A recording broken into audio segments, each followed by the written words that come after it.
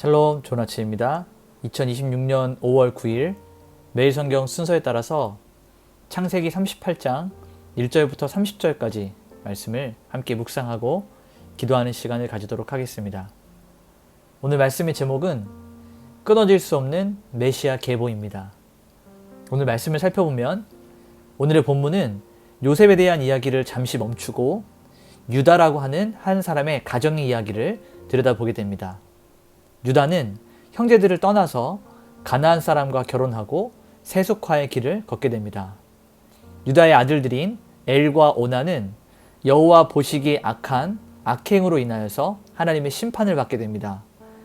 유다의 대가 끊길 위기에서 며느리 다말은 시아버지였던 유다를 속여서 그의 씨를 얻어내는 파격적인 선택을 하게 됩니다.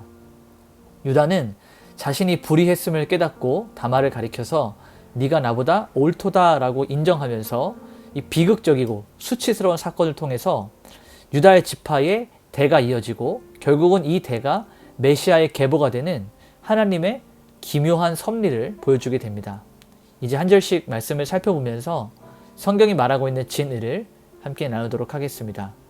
먼저 첫 번째 단락은 1절부터 11절까지 말씀인데요. 여기에는 이 유다가 세속화되는 과정들과 그의 아들들이 죽는 내용들이 담겨 있습니다. 자, 1절에서부터 3절을 보게 되면 그 후에 유다가 자기 형제들로부터 내려가서 아둘람 사람 히라와 가까이 하니라. 유다가 거기서 가나안 사람 수아라 하는 자의 딸을 보고 그를 데리고 동침하니 그가 임신하여 아들을 낳음에 유다가 그의 이름을 엘이라 하니라. 자, 유다는 언약 공동체였던 이 형제들을 떠나서 가나안 여인과 결혼함으로 자신의 영적인 그 정체성을 상실하게 됩니다. 여기서 내려가게 된다라고 하는 그 표현이 있습니다. 자기 형제들로부터 내려가서 라고 하는 이 표현은 자리를 옮기는 어떤 지리적인 이동뿐만 아니라 그의 영적인 상태가 아래로 내려가는 영적 하락을 보여주기도 합니다. 7절부터 10절을 보게 되면 유다의 장자 엘이 여호와 보시기에 악함으로 여호와께서 그를 죽이신지라. 오나니 그 씨가 형이 될 것 주를 알므로 땅에 설정함에 그 일이 여호와 보시기에 악함으로 여호와께서 그도 죽이시니. 자, 당시에 이 이스라엘의 그 시대에는 이 계대 결혼이라는 제도가 있었습니다. 형의 아내, 그러니까 형수에게 그 씨를 이어주는 것입니다. 형이 갑작스러운 죽음이나 자녀가 없이 사망하게 될 경우에 형을 대신해서 그 아이를 만들어주고 그 아이를 형의 계보로 넣어주는 이런 계대 결혼 제도가 이스라엘 안에 있었습니다. 그런데 동생이었던 오나는 자신이 그렇게 형의 계대를 이어지는 이 계대 결혼에 대한 일들에 대해서 거부를 하고 하나님이 이를 보시기에 큰 악이었기 때문에 하나님께서는 엘과 마찬가지로 오난도 그의 생명을 거두어 가십니다. 박윤선 목사님은 이를 설명하면서 하나님의 언약의 계보를 이어가는 이 거룩한 책임을 그들은 가볍게 여겼다라고 말하고 있습니다. 두 번째 단락을 보게 되면 12절부터 19절까지 말씀인데요. 여기에는 다말이 결단하는 것과 유다가 범죄하는 내용들이 담겨 있습니다. 자, 13절에서 16절까지 보면 어떤 사람이 다말에게 말하되 네 시아버지가 자기의 양털을 깎으려고 딥나에서 올라왔다 한지라. 그가 그 과부의 의복을 벗고 너울로 얼굴을 가리고 길 곁 창녀로 여겨 그에게 들어가되 청하건대 나로 네게 들어가게 하라 하니 이는 그가 자기의 며느리인 줄을 알지 못하였습니다. 자, 이 말씀은 무슨 의미냐면, 자, 셋째 아들이었던 유다의 셋째 아들을 다말에게 넘겨주지 않고 이 유다가 다말을 분리시키자 다말은 아버지를 통해서, 그러니까 유다 시아버지를 통해서 자기가 그 씨를 이어가야겠다라고 하는 이런 결단을 하는 것입니다. 자, 막내 아들이었던 셀라를 주지 않았으므로 결국은 다말의 권리를 박탈하게 된 것이죠. 그래서 다말은 이 가문의 대를 이어가기 위해서 창녀로 변장하는 이 극단적인 방법을 선택한 겁니다. 케네스 매튜스는 다말의 이러한 행동이 도덕적이고 윤리적으로는 정당화될 수 없으나 언약의 씨를 보존하려고 하는 그녀의 간절함이 이 유다의 무책임함과 대비됐다라고 이야기하고 있습니다.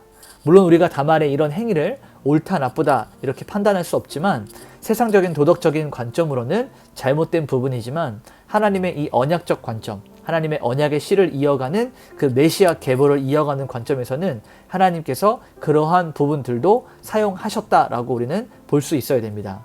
자, 17절과 18절을 보게 되면 유다가 이르되 내가 내 떼에서 염소 새끼를 주리라. 네가 무엇을 담보물로 내게 주려느냐. 네 도장과 그 끈과 내 손에 있는 지팡이로 하라 하고 유다가 그것들을 그에게 주고 그에게로 들어갔더니.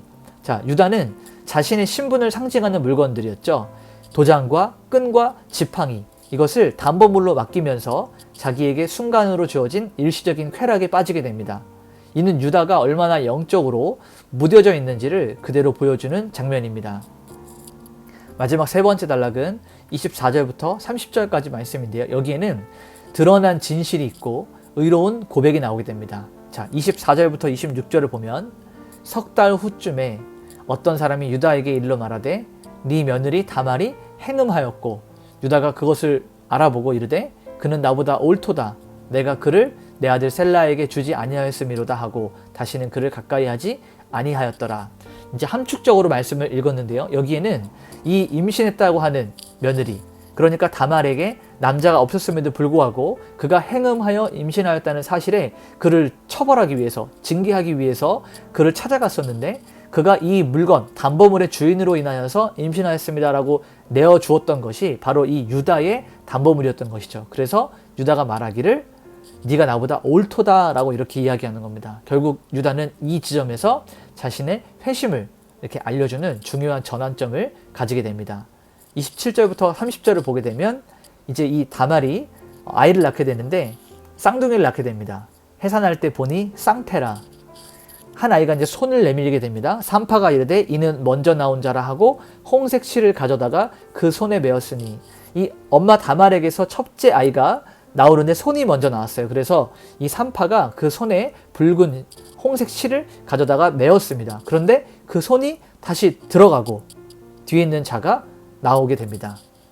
자, 그래서 이 말씀을 보게 되면 베레스와 세라라고 하는 이 탄생 과정을 야곱과 에서의 탄생 과정과 매우 밀접하게 비슷한 모양으로 그려내고 있습니다. 그러니까 이 손을 묶었던 자가 아니라, 세라가 아니라 밀치고 나왔던 베레스가 메시아의 족보를 이어가게 되는 것입니다. 오늘 말씀을 정리하면서 원포인트로 유다의 영적 타락과 그 가문의 수치스러운 사건 속에서도 하나님은 다말을 통하여서 하나님 메시아의 계보를 이어가신다라고 하는 것입니다. 그래서 오늘 우리 삶에 한번 이렇게 적용할 수 있었으면 좋겠습니다. 유다는 자기 자신의 잘못을 인정하고 며느리 다말이 옳았음을 선포했습니다. 우리도 다른 사람들의 허물을 지적하기 이전에 그 상황이나 환경이 나의 불성실함이나 나의 무책임함에 있진 않았는지 먼저 살펴보고 정직하게 그 상황들을 인정하는 그런 용기를 가질 수 있기를 소망합니다. 또한 인간의 그 죄악과 비윤리적인 방식 속에서도 하나님께서 당신의 계획을 성취해 나가시는 모습을 보면서 하나님의 그 역사는 멈추지 않고 이루어진다라는 사실을 기억하면서 우리 삶 가운데 하나님의 역사가 끊임없이 이루어질 수 있도록 계속해서 간구하고 기도하는 하루가 되기를 소망합니다. 같이 한번 기도하겠습니다. 하나님, 세상의 안락함을 찾아서 하나님이 말씀하셨던 언약의 자리를 떠나는 그런 어리석은 자가 되지 않게 하여 주시옵소서. 저에게 맡겨주신 하나님께서 주신 영적인 책임들을 가볍게 여기지 않고, 또한 우리의 허물이 드러날 때마다 잘못했음을 인정하고 정직한 마음을 가지고 그 수치와 고통의 현장 속에서도 선을 이루어 가시는 하나님의 섭리를 발견하게 하여 주시옵소서. 이런 마음으로 오늘 같이 한번 기도하면서 하루를 하나님께 올려드리도록 하겠습니다. 기도하시겠습니다.